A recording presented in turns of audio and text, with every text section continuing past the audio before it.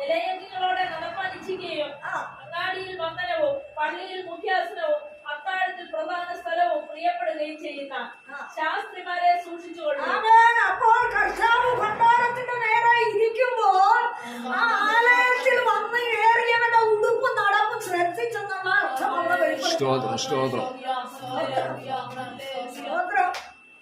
സ്വതന്ത്രം നമ്മുടെ ബന്ധുക്കൾ സംഭവത്തിൽ നിൽക്കുക. പക്ഷേ വിശുദ്ധ സഭായോഗത്തിന് വരുമ്പോൾ നമ്മുടെ ഉള്ളിലിരിപ്പ് എന്താണെന്ന് കർത്താവ് ശരിക്കും നോക്കും കേട്ടോ.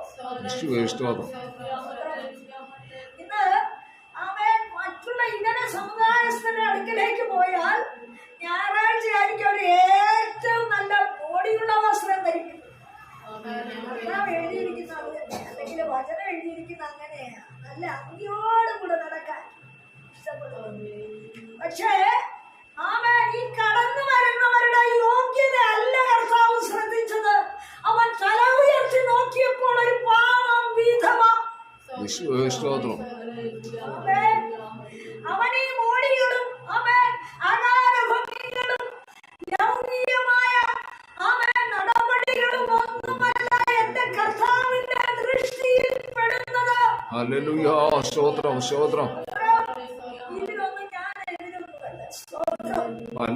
എന്നാൽ ദൈവത്തിന്റെ പൈതലേ, നിന്റെ ഉള്ളത്തിലെ സമർപ്പണത്തെയും നീ ഏതവസ്ഥയിലായിരിക്കുന്നു എന്നുള്ള നിന്റെ ഹൃദയത്തിന്റെ താഴ്മയെയും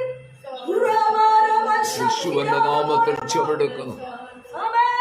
നിന്റെ ഹൃദയത്തിന്റെ മനസ്സിലാക്കുന്ന ദൈവം ഒരു വിധവ വന്ന് വെള്ളിക്കാശിട്ടത് മാത്രം കാണുവാൻ സ്തോത്രം.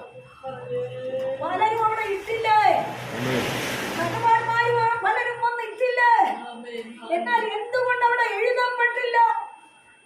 അവിടെ അവൻ തല ഉയർത്തിയില്ല. അവൻ യേശു ഭണ്ഡാരത്തിന് നേരെ ഇരുന്നു എന്ന് നമുക്കറിയാമല്ലോ. മറ്റൊന്നും അവിടെ കുറിക്കപ്പെട്ടില്ലല്ലോ. എന്തുകൊണ്ട് അവിടെ ഒന്നുകൂടെ വായിച്ചേ? സ്വതന്ത്രം തലമുക്കി ധനവാന്മാർ ഭണ്ഡാരത്തിൽ വഴിപാടിടുന്നത് കണ്ടു. ദരിദ്രയായ വിധവ 2 കാശിടുന്നത് കണ്ടിട്ടവൻ, ഈ ദരിദ്രയായ വിധവ എല്ലാവരെക്കാളും അധികപ്പെട്ടിരിക്കുന്നു എന്ന് ഞാൻ സത്യമായി നിങ്ങളോട് പറയുന്നു. എല്ലാവരും തങ്ങളുടെ സമൃദ്ധിയിൽ നിന്നല്ലോ വഴിപാടിട്ടത്, ഇവളോ തന്റെ ഇല്ലായ്മയിൽ നിന്ന്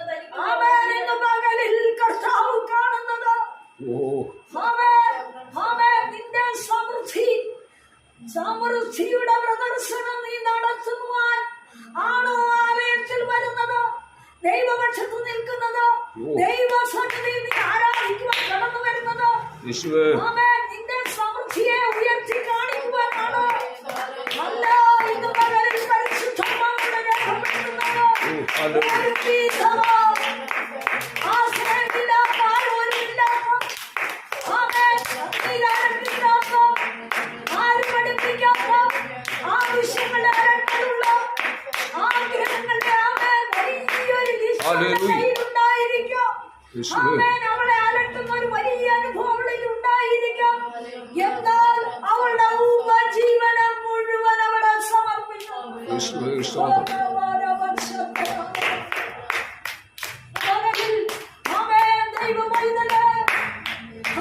നിന്റെ ഉള്ളിലിരുന്ന് പൂർണ്ണമായി മനസ്സിലാക്കുന്ന ഒരു കർത്താവ്,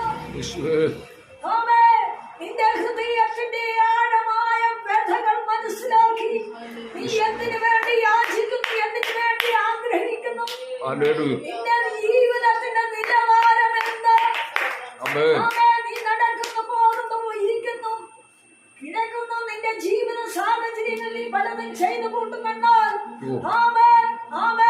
അവന് പ്രസാദമുള്ളത് എന്താണ്? അവന്റെ മുമ്പിൽ നിന്നെ തന്നെ തുറന്നു കാണിക്കുക, തന്നെ എടുത്തു കാണിക്കുക, നിന്നെ തന്നെ അവന് വേണ്ടി സമർപ്പിക്കുക. കർത്താവേ, എനിക്ക് മാറ്റമൊന്നുമില്ല, സഹായിക്കാൻ ആരുമില്ല, എന്നെ തന്നെ ഞാൻ തുറന്ന് കാണിക്കുക. ഒരു തുറന്ന് കാണിക്കുന്ന നീ തയ്യാറായ സ്തോത്രം. നമുക്കറിയാമല്ലോ, ഏലിയാവിന്റെ പുറകെ നടക്കുന്ന എലീശ, സ്തോത്രം, 4 ദുർഘടങ്ങൾ ഏലിയാവിനോടൊപ്പം കിടക്കുമ്പോഴും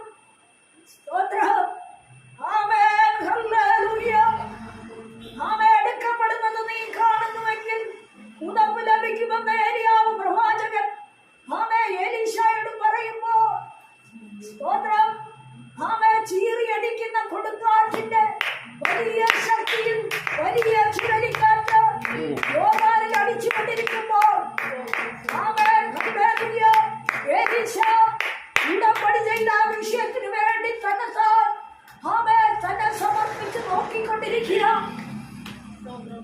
ആവശ്യമാണ്, ആഗ്രഹമാണ്.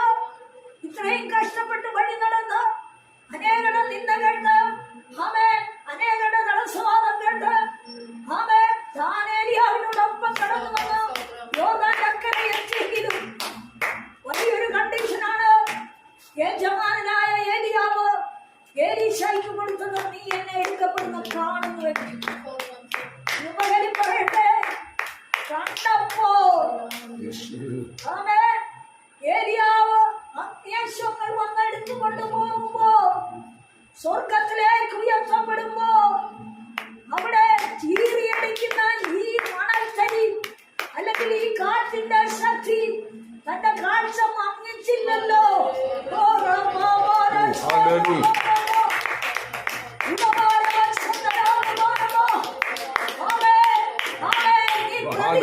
മുമ്പില് സമർപ്പണത്തിന്റെ മുമ്പില് വിശ്വസതയോടെ ദൈവിക സത്യത്തിന് വേണ്ടി എന്റെ പ്രാണൻ പോയാലും ഞാൻ യഹോവയുടെ സത്യത്തിൽ നിന്ന് പിന്മാറുകയില്ലെന്നുള്ള ഉടമ്പടിയോടെ അവന്റെ മുൻപിൽ നിന്നുകൊണ്ട് ഏലിയാവിനെ എടുക്കപ്പെടുന്ന കാണുമ്പോ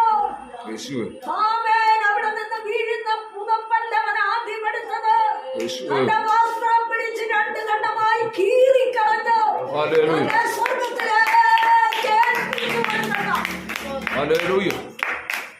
പിന്നെ അവൻ ഏലിയാവിന്റെ മേൽ നിന്ന് വീണ പുതപ്പെടുത്തുന്നത്. അർത്ഥം ഇത്രയേ ഉള്ളൂ.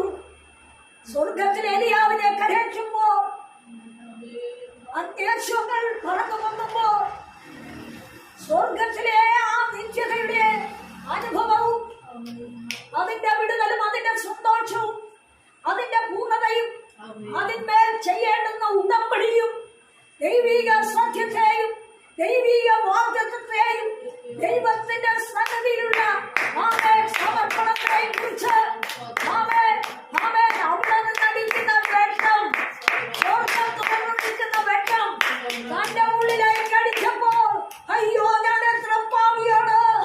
ഹൃദയങ്ങളെയല്ല വസ്ത്രങ്ങളെയല്ല കീറേണ്ടത്, പിന്നെയോ എന്നെ പൂർണ്ണമായി ഏൽപ്പിച്ചു കൊടുക്കുന്ന വിഷയമാണ് ചെയ്യുന്നത്. പഴയ നിയമത്തിൽ പറയുന്നത് വസ്ത്രങ്ങളെയല്ല ഹൃദയങ്ങളെ കീറണമെന്ന്. ഇവിടെ സമർപ്പിക്കപ്പെട്ട ഭക്തൻ പുതപ്പിന് വേണ്ടി നിൽക്കുന്ന ഭക്തൻ വസ്ത്രങ്ങളെ അല്ല ഹൃദയത്തെ തന്നെ കീറുക എന്ന് പറഞ്ഞ അവിടെ എഴുതിയിരിക്കുന്ന എങ്ങനെയാ? താൻ പുതച്ചിരുന്ന പുതപ്പ്, താൻ പിടിച്ചു വെച്ചിരുന്ന പുതപ്പ് അല്ലെങ്കിൽ താൻ പിടിച്ചു വെച്ചിരുന്ന വസ്ത്രം രണ്ട് ഖണ്ഡമായി കീറിയ. രണ്ട് ഖണ്ഡമായി കീറണമെങ്കിൽ ഈ നെഞ്ചിൽ നിന്ന് കീറണ്ടേ എന്ന് പറഞ്ഞ എന്താ? തന്റെ ഹൃദയത്തിൽ ഇന്ന വിഷയങ്ങളിൽ മാലിന്യതയുണ്ട് കർത്താവ്. ഞാൻ ആവശ്യപ്പെടുന്ന വിഷയം വലുതാണ്. അനുഗ്രഹമാണ് ചോദിക്കുന്നത്. ഞാൻ വിടുതല ശുശ്രൂഷ ചോദിക്കുന്നത്. ഉത്തമമായ വലിയ വിഷയത്തിലാണ് ഞാൻ നോട്ടമിട്ടിരിക്കുന്നത്. അധികാരം നന്ദിയാണ് ഞാൻ ആഗ്രഹിക്കുന്നത്. ഞാൻ ആവശ്യപ്പെട്ടിരിക്കുന്ന ആർക്കും സാധിച്ചെടുക്കുവാൻ വയ്യാത്ത വിഷയമാണ്. എന്നാൽ കർത്താവേ, അതിന് ഞാൻ യോഗ്യനല്ല. എന്നെ മുറുകെ പറ്റുന്ന സകല വിഷയങ്ങളിൽ ഞാൻ കീറിക്കളയുകയാണ്.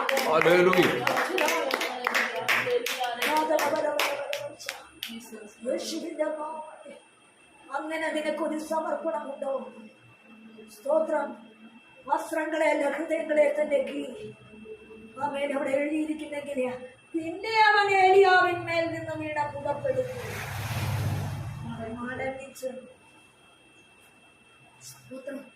അപ്പോൾ മടങ്ങി വരവവിടെ കാണിക്കുന്നു, പിന്നെ എടുക്കുന്ന വിഷയം കാണിക്കുന്നു. എന്ന് പറഞ്ഞാൽ നീ ആവശ്യപ്പെടുന്ന വിഷയത്തിന്റെ മുമ്പില്, നിന്റെ ആഗ്രഹങ്ങളുടെ മുമ്പില്, നിന്റെ ആവശ്യത്തിന്റെ അലട്ടലിന്റെ മുമ്പില് ദൈവത്തിന് നിന്നോട് ഉടമ്പടി ചെയ്യുവാനുണ്ട്.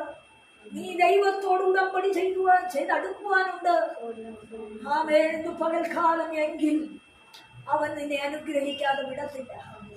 നിങ്ങൾ പറയുമായിരിക്കും, ഇങ്ങനെയൊക്കെ പറഞ്ഞാൽ എങ്ങനെ പ്രാർത്ഥന ഈ കൃപാവരത്തിന്റെ അല്ലെങ്കിൽ കൃപയുടെ കാലങ്ങളിൽ എങ്ങനെ ദൈവം അനുഗ്രഹിക്കും? അനുഗ്രഹിക്കും.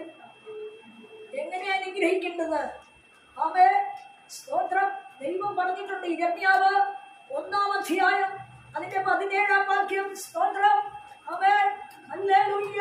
യേശുവിന്റെ നാമത്തിൽ ആമേ 1:17. ഹല്ലേലൂയ. യേശുവിന്റെ നാമത്തിൽ ആമേ.